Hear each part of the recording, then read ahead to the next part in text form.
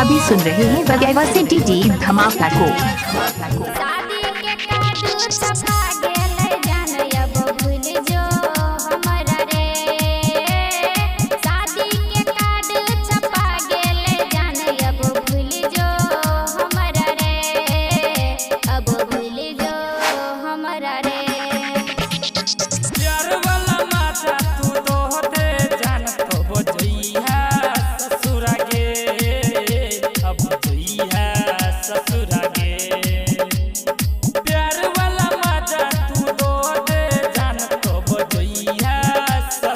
इलाका किसी का हो धमाका दिवाकर दीवाना भाई का ही होगा।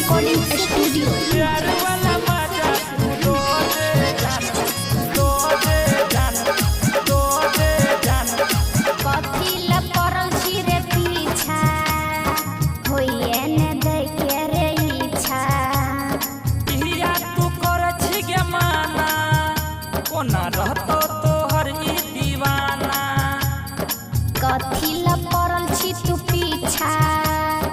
होइए ने दै के रे इच्छा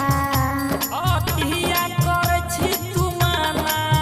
कोना रहतो तोहर ई दीवाना रहियो जब तोहर तक लेही प्यार अब लगैया करवा रे रहे छलिए तोहर तक करे छली प्यार अब लगैया करवा रे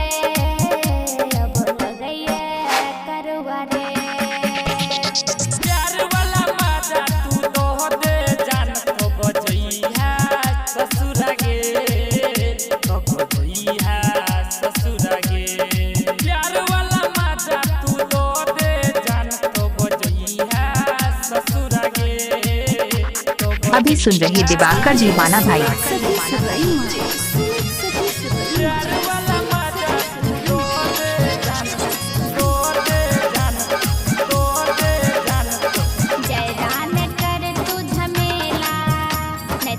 सगरो रे हाला छुबे ते छोड़ी होठ लाली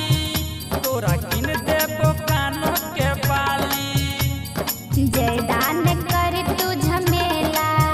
नहीं तो तेर दबो सगरो रे हाला